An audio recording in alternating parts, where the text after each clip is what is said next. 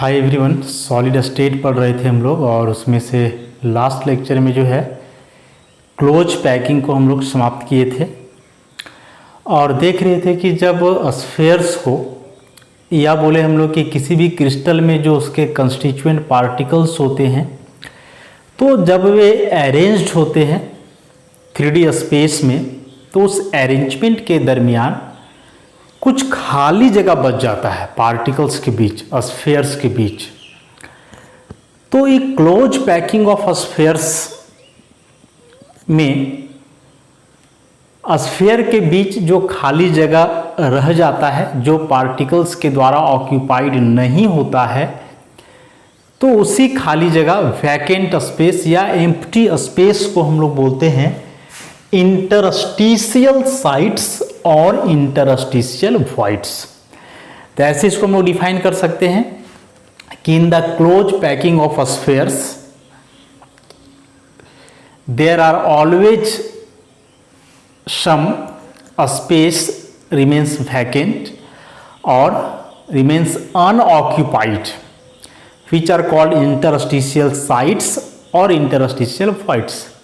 कि जब स्फेयर का क्लोज पैकिंग करते हैं तो उस दरमियान हमेशा, भले ही बताए हैं कि कभी भी 100% स्पेस ऑक्यूपाई नहीं होता है पार्टिकल्स के द्वारा, हमेशा कुछ ना कुछ स्पेस खाली रह जाता है और वही खाली स्पेस जो जगह ऑक्यूपाई नहीं किया गया है पार्टिकल्स के द्वारा, तो उसी खाली जगह को हम लोग बोलते हैं इंटरस्टिशियल साइट्स या इंटरस्टिशियल वॉइड्स।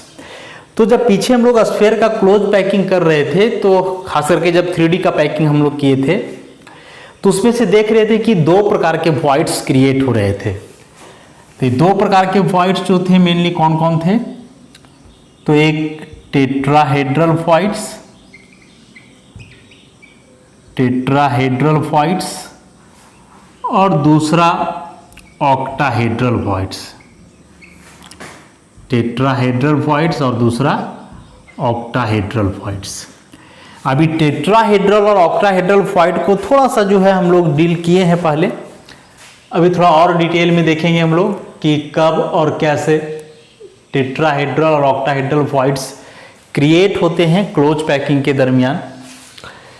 तो टेट्राहेड्रल वॉइड्स कहने का मतलब होगा क्या? सो देखो कि यह जो वॉइड होता है और वॉइड के अगल बगल जो स्फेयर्स होते हैं उस स्फेयर्स का कैसा अरेंजमेंट होता है? टेट्राहेड्रल अरेंजमेंट होता है। और कैसे इसमें हम लोग देखे थे 4 स्फेयर कैसे अरेंज रहेंगे कि यदि 3 स्फेयर्स इस प्रकार से हैं ऐसा, तो जो चौथा स्फेयर होगा इसमें वह इसके ऊपर होगा कुछ ऐसा, इस प्रकार से। मतलब इसको अपने से करके देख सकते हो कि 3 बॉल लो और तीनों बॉल को ऐसे ट्रायंगुलर फॉर्म में अरेंज करो और फिर इसके ऊपर एक बॉल रखो। मतलब 3 बॉल जो है एक में रखे, चौथा बॉल जो है इसके ऊपर हम लोग रख रहे हैं। तो 4 बॉल्स के बीच में जो खाली जगह बन रहा है वही कहलाएगा टेट्राहेड्रल वॉइड। उस वॉइड का अरेंजमेंट भी टेट्राहेड्रल होगा और ये जो 4 स्फेयर्स हैं जो कि वॉइड को घेरे हुए हैं, तो ये चारों स्फेयर्स का भी अरेंजमेंट होता है टेट्राहेड्रल। तो ये जो बीच में यहाँ जगह क्रिएट होगा खाली जगह, this is called tetrahedral void. अब एक टेट्राहेड्रोन कैसा होता है? तो ये टेट्राहेड्रल ऑक्टाहेड्रल हम लोग काफी डिटेल में पढ़े हैं केमिकल बॉन्डिंग चैप्टर में। तो जरा इसको देखते हैं। टेट्राहेड्रल अरेंजमेंट बेसिकली होता है इस प्रकार से है।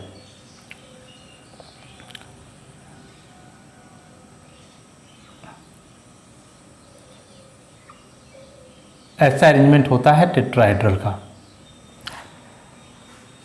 फिर इसको हम लोग मिला देते हैं ऐसा,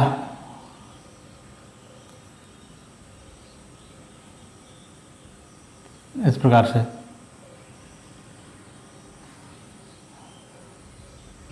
ये अरेंजमेंट हम लोग देख चुके हैं ऑलरेडी पहले ऐसा।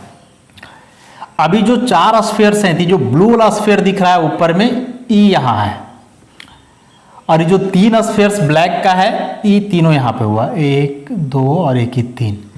तो जो 4 स्फीयर्स होते हैं ना, वह एक टेट्राहेड्रॉन के एपेक्स मतलब ये जो कॉर्नर होता है इसको हम लोग बोलते हैं एपेक्स, या इसी को प्लूरल में बोलते हैं एपिसिस, सब जो कॉर्नर होता है। तो ये जो 4 स्फीयर्स जो कि वॉइड को घेरे हुए हैं, तो ये चारों स्फीयर्स एक टेट्राहेड्रॉन के 4 एपिसिस में होते हैं। और इसी के बीच में जो खाली जगह यहाँ क्रिएट होगा, यदि इस सब लाइन को आप मिटा दो यहाँ से, सब खाली जगह लाइन को यदि मिटा दिया जाए,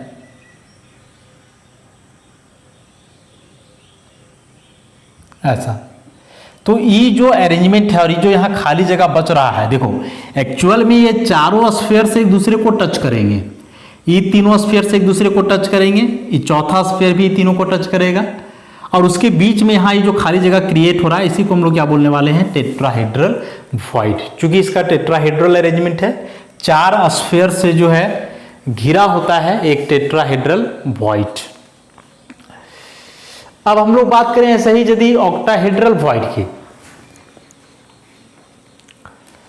या टेट्राहेड्रल वॉइड को यदि थोड़ा सा और डील करना चाहें हम लोग, तो एक तो हम लोग देख रहे हैं कि टेट्राहेड्रल वॉइड जो है इसका कोऑर्डिनेशन नंबर कितना होगा, 4, क्योंकि यह वॉइड 4 स्फीयर से घिरा हुआ है, इसलिए इस टेट्राहेड्रल वॉइड का कोऑर्डिनेशन नंबर होना है 4। मतलब यदि इस वॉइड को कोई पार्टिकल ऑक्यूपाई करता है, क्योंकि खाली जगह है तो वहां कोई अनदर पार्टिकल आकर के रह सकता है, तो वह पार्टिकल इस चारों स्फीयर्स को टच करेगा, तो उसका कोऑर्डिनेशन नंबर हो जाएगा 4। मान लो कि यहाँ स्फीयर जो पहले से प्रेजेंट है, चारों स्फीयर ऑब्वियसली सेम एलिमेंट के होंगे, तो मान लेते हैं हम लोग कि इसका साइज जो है 100 पिकोमीटर, ऐसा मान लें कि जो स्फीयर को अरेंज किया गया है क्रिस्टल में, उस स्फीयर का रेडियस 100 पिकोमीटर है। तो यहाँ ये जो वॉइड बनेगा, ये जो टेट्राहेड्रल वॉइड जो खाली जगह क्रिएट होगा, ये खाली जगह का साइज क्या होगा, कितना जगह वहां रहेगा खाली। तो ये जो टेट्राहेड्रल वॉइड होता है ना, उसका साइज पहले से जो स्फीयर प्रेजेंट है उसके साइज का 0.225 टाइम्स होता है। मतलब यदि यहां जो पहले से स्फीयर प्रेजेंट है इसका साइज 100 पिकोमीटर का है, तो बीच में जो टेट्राहेड्रल वॉइड क्रिएट होगा उसका साइज कितना होगा, तो दोनों को मल्टीप्लाई कर दो, मतलब 22.5 पिकोमीटर होगा, ऐसा। अब जैसे मान लो कि यहां कोई दूसरा स्फीयर है जिसका साइज इससे बड़ा है, 200 पिकोमीटर वाला का है, तो फिर इसका साइज कितना होगा, तो इसको 0.225 से मल्टीप्लाई कर दो, इसका 2 गुना आ जाएगा। कहने का मतलब कि जैसे जैसे स्फीयर का साइज बढ़ेगा, तो टेट्राहेड्रल वॉइड का भी साइज क्या होता है, बढ़ता है, इंक्रीज करता है।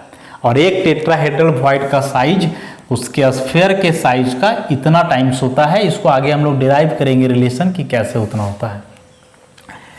अब जैसे हम लोग पीछे पढ़े थे HCP हेक्सागोनल क्लोज पैकिंग और CCP लैटिसेस, लास्ट लेक्चर में हम लोग देखे थे। तो क्या उसमें देखे थे हम लोग कि एक लेयर में जो स्फीयर होता है,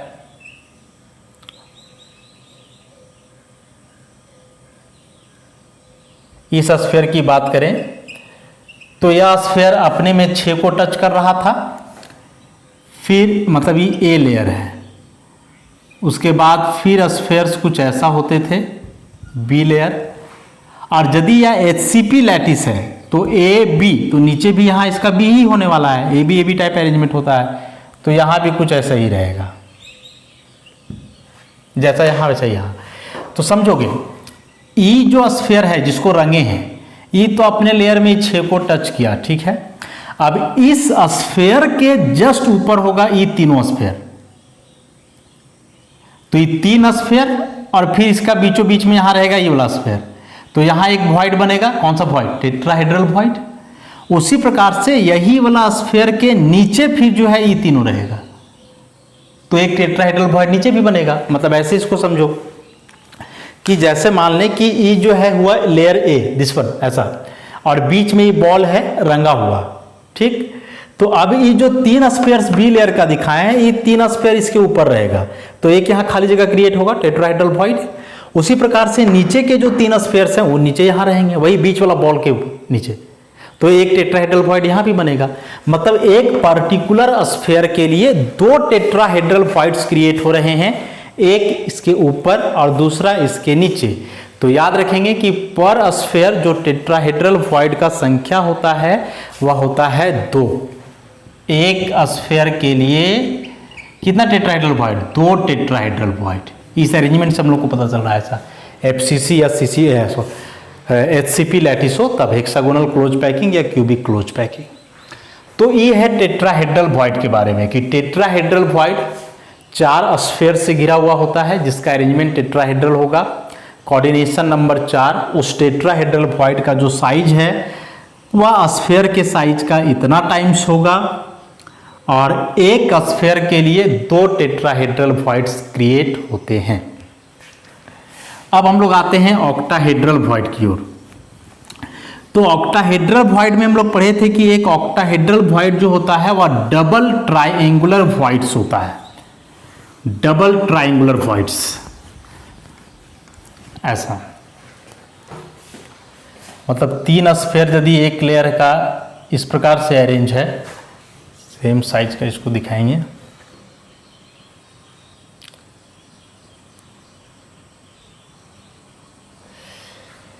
तो फिर जो अगले लेयर का 3 स्फीयर्स होंगे उनका अरेंजमेंट कुछ इस प्रकार से होना है।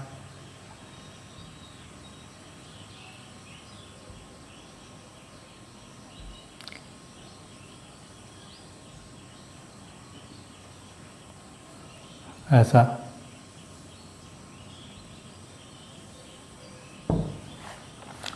ई बीच में जो यहां खाली जगह क्रिएट होगा, दिस वन, इसी को हम लोग बोलने वाले हैं ऑक्टाहेड्रल वॉइड।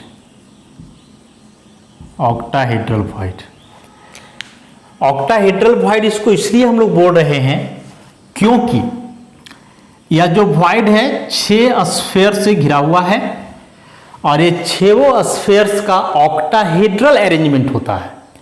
और ये ऑक्टाहेड्रल अरेंजमेंट कैसे होता है उसको भी हम लोग देखेंगे। सबसे पहले हम लोग क्या करते हैं, इसका डबल ट्रायंगुलर दिखाते हैं। तो पहले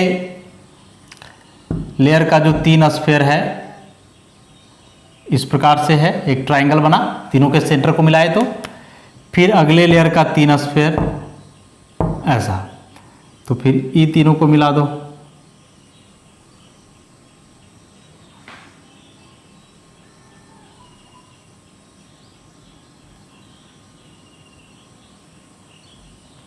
ये ऐसा।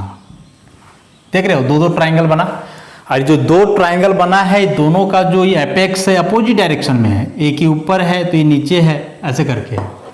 तो ऑक्टाहेड्रल वॉइड को हम लोग डबल ट्रायंगुलर वॉइड्स बोलते हैं क्योंकि 2 इसमें इक्विलैटरल ट्रायंगल बन रहे हैं अपोजिट डायरेक्शन में और बीच में जो वॉइड क्रिएट हो रहा है उसी को ऑक्टाहेड्रल वॉइड हम लोग बता रहे हैं।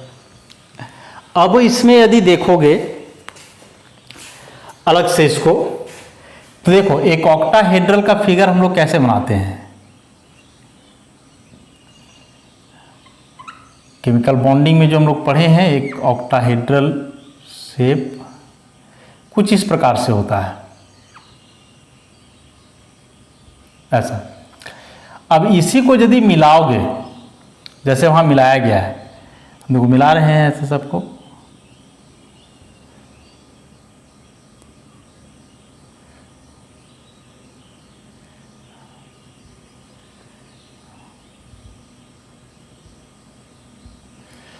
ऐसा।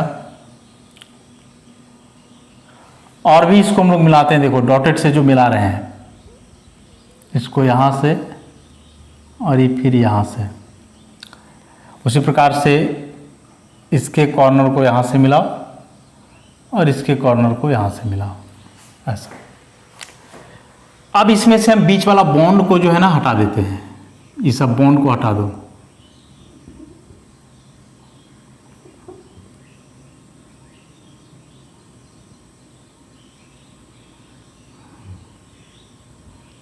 ऐसा ही बीच वाले बॉन्ड्स को हम रिमूव कर दे रहे हैं यहां से, ऐसा। तो अब देखो ये जो 2 ट्रायंगल्स क्रिएट हो रहे हैं, दिस वन और एक ही,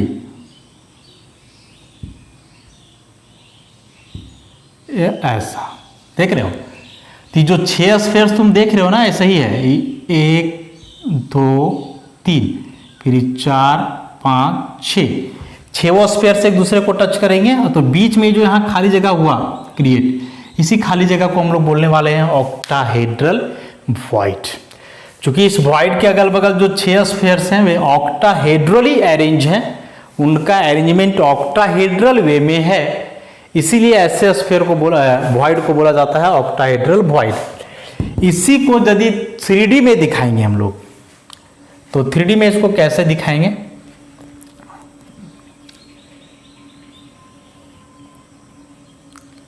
इसी वॉइड को यदि 3D में दिखाया जाए तो हम लोग कैसे दिखाएंगे?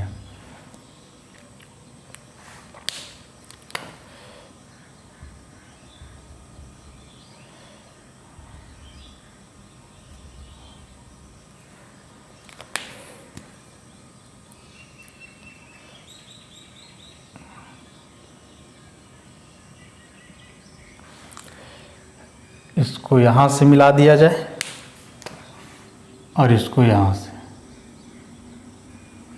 ऐसा, ये सभी 6 कॉर्नर्स हुए जहाँ पे स्फेयर्स रहेंगे। तो ये जो अरेंजमेंट बनाए अभी हम नीचे, यही अरेंजमेंट जो है ऑक्टाहेड्रल वॉइड का 3D वे शो कर रहा है, या इसी को हम लोग ज्योमेट्रिकल शेप बोलेंगे ऑक्टाहेड्रल वॉइड का, geometrical shape of octahedral void. तो अब यदि इसमें देखोगे तो ये सब जो है फ्रंट वाला पोर्शन है, ये जो बोल्ड लाइन से है ये सभी फ्रंट वाले पोर्शंस हैं, ऐसा।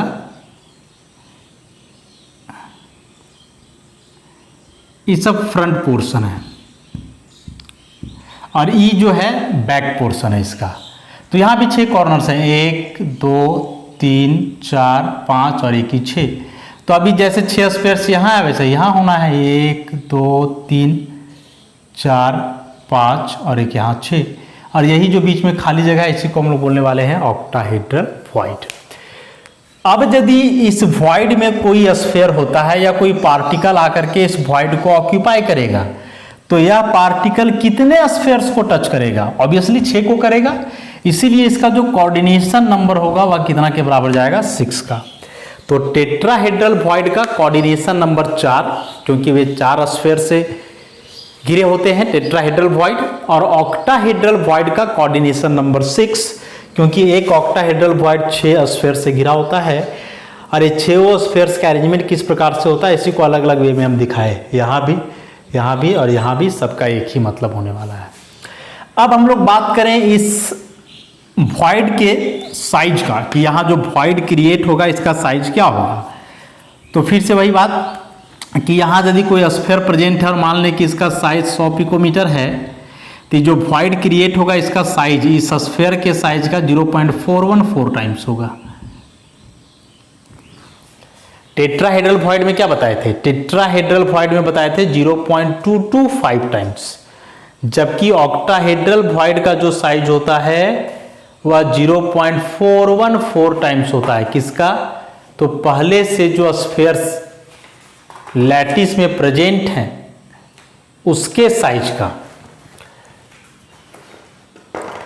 तो यदि यहां हम लोग देखें कि पहले से जो स्फेयर प्रेजेंट है इसका साइज यदि 100 पिकोमीटर है, तो जो वॉइड क्रिएट होगा उसका साइज क्या होगा? तो मल्टीप्लाई कर दो 41.4 पिकोमीटर। उसी प्रकार से यहाँ जो स्फेयर प्रेजेंट है मान लो कि 1000 पिकोमीटर का है, तो फिर इसको मल्टीप्लाई कर दो 0.414 से, तो हो जाएगा 414 पिकोमीटर, ऐसा।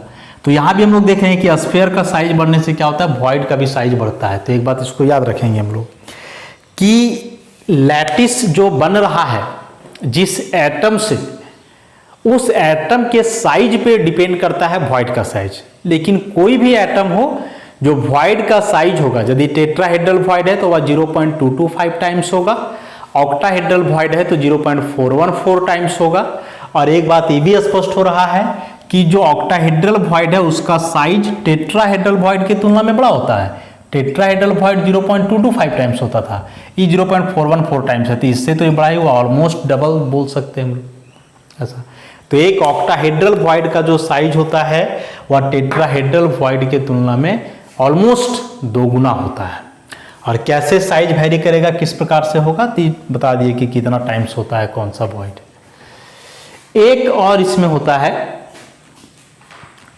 क्यूबिकल वॉइड, एक और होता है क्यूबिकल वॉइड।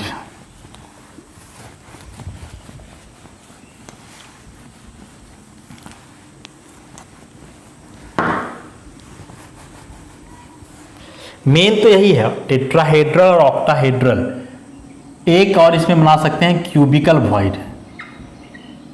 और ये क्यूबिकल वॉइड क्या होता है, तो याद करो जो हम लोग पढ़े थे simple cubic lattice SCC 3D का जब अरेंजमेंट बता रहे थे तो उसमें सिंपल क्यूबिक लैटिस पढ़े थे।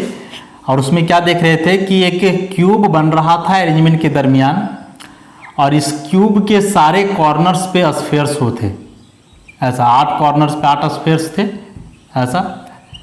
और ये 8 स्फीयर्स के बीच में जो यहाँ खाली जगह क्रिएट होता है इसी को हम लोग बोलते हैं cubical void. This one is cubical void ऐसा।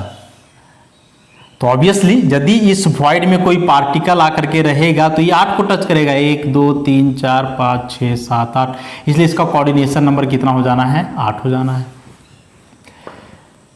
तो टेट्राहेड्रल वॉइड का कोऑर्डिनेशन नंबर 4, ऑक्टाहेड्रल का 6, और जो क्यूबिकल वॉइड है इसका कोऑर्डिनेशन नंबर होता है 8। कैसे बनता है, तो सिंपल क्यूबिक का जो अरेंजमेंट होता है कि प्रत्येक कॉर्नर पे पार्टिकल्स, तो ये 8 स्फीयर्स के बीच में यहाँ जो खाली जगह क्रिएट होता है यही कहलाता है क्यूबिकल वॉइड। कोऑर्डिनेशन नंबर 8 इसलिए है क्योंकि यह टोटल 8 स्फीयर से जो है घिरा हुआ है। अब मान लो कि कोई क्रिस्टल है, उसका लैटिस बना रहे हो, तो हम लोग तो अलग अलग टाइप का लैटिस पढ़े हैं ना, SCC पढ़े सिंपल क्यूबिक सेल, BCC पढ़े बॉडी सेंटर्ड क्यूबिक, FCC पढ़े या इसी को CCP बोले फेस सेंटर्ड क्यूबिक या क्यूबिक क्लोज पैक्ट, और एक पढ़े SCP। तो किसी भी प्रकार का लैटिस हो, मान लें कि इस लैटिस में टोटल n एटम्स हैं, n एटम्स हैं, तो जो नंबर ऑफ टेट्राहेड्रल वॉइड है, नंबर ऑफ टेट्राहेड्रल वॉइड, इसका संख्या 2n होगा, मतलब जितने एटम प्रेजेंट है उसका 2 गुना।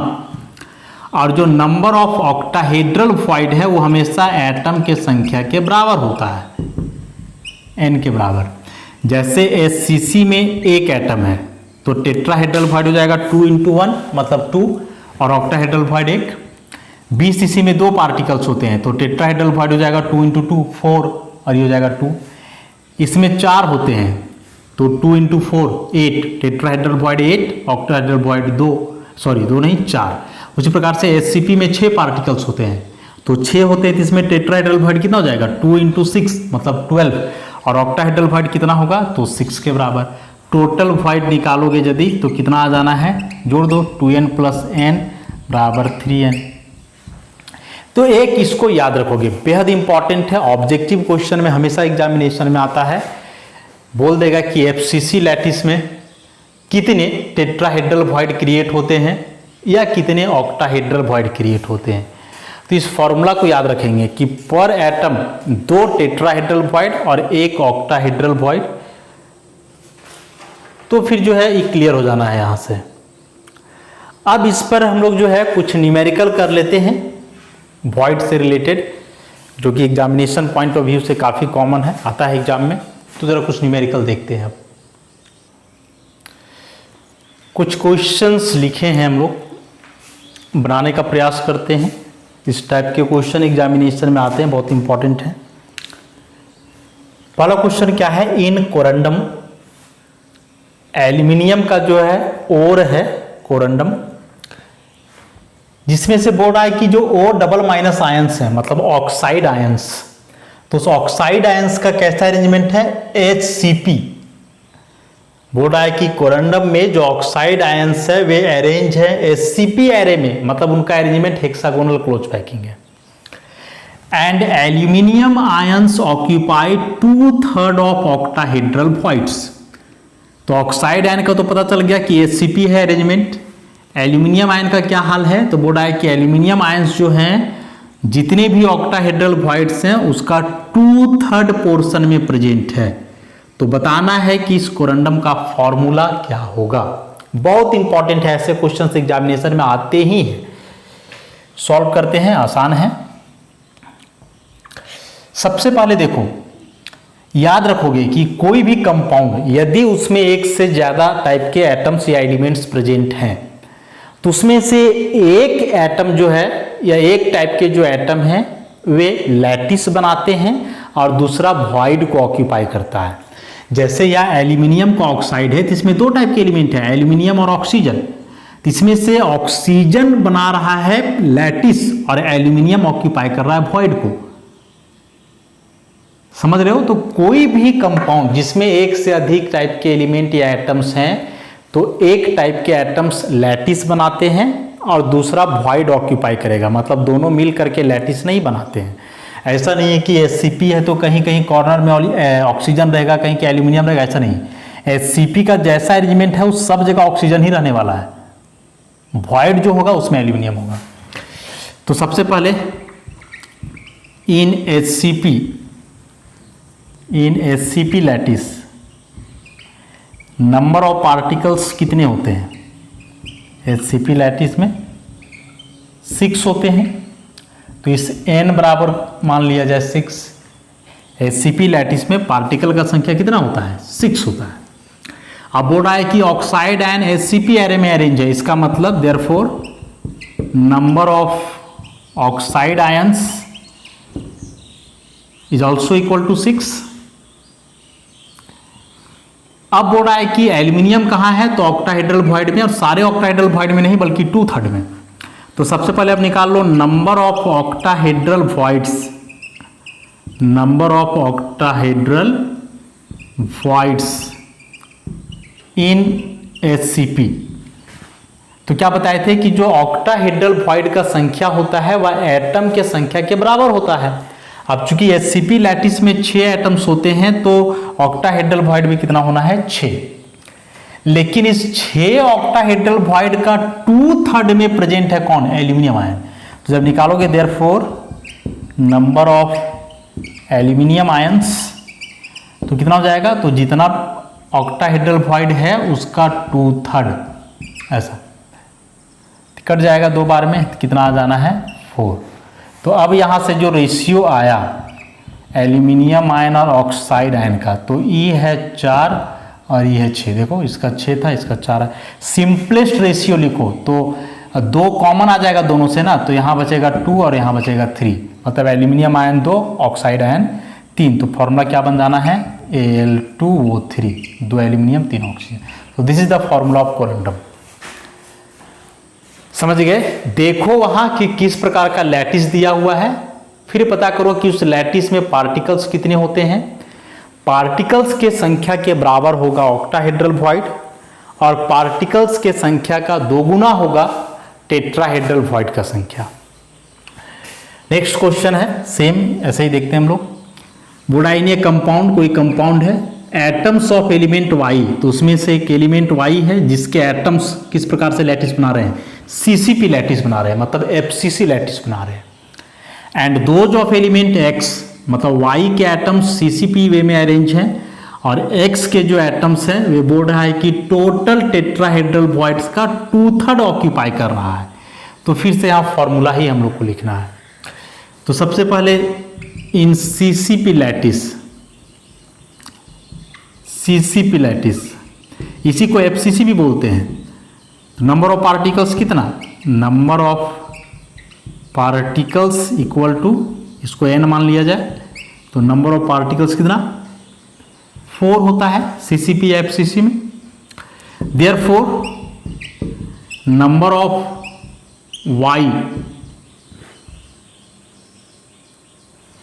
वाई ही बना रहे हैं ना सीसीपी लैटिस। अब सीसीपी लैटिस में 4 पार्टिकल्स, तो वाई का भी संख्या कितना होना है? 4 होना है। उसके बाद निकालो अब नंबर ऑफ ऑक्टाहेड्रल वॉइड।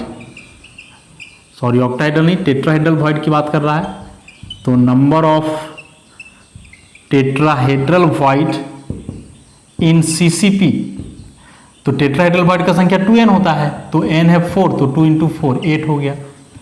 अब इस 8 टेट्राहेड्रल वॉइड का 2/3 ऑक्यूपाई कर रहा है x, तो देयरफॉर नंबर ऑफ x बराबर कितना, तो टोटल टेट्राहेड्रल वॉइड 8, इसका 2/3, अच्छा 2/3 है इसका, तो ये आ जाना है क्या 16/3।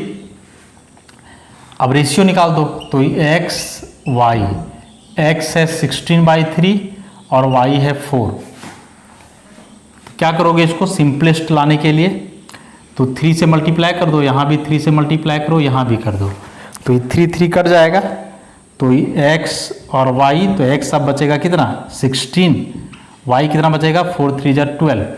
अब फिर देखो 16 और 12 में कुछ कॉमन आ रहा है क्या, आ रहा है 4 कॉमन लोगे तो यहाँ बचेगा 4, यहाँ बचेगा 3, तो x और y का रेशियो आ गया 4:3, तो फॉर्मूला क्या हो जाएगा x4 y3।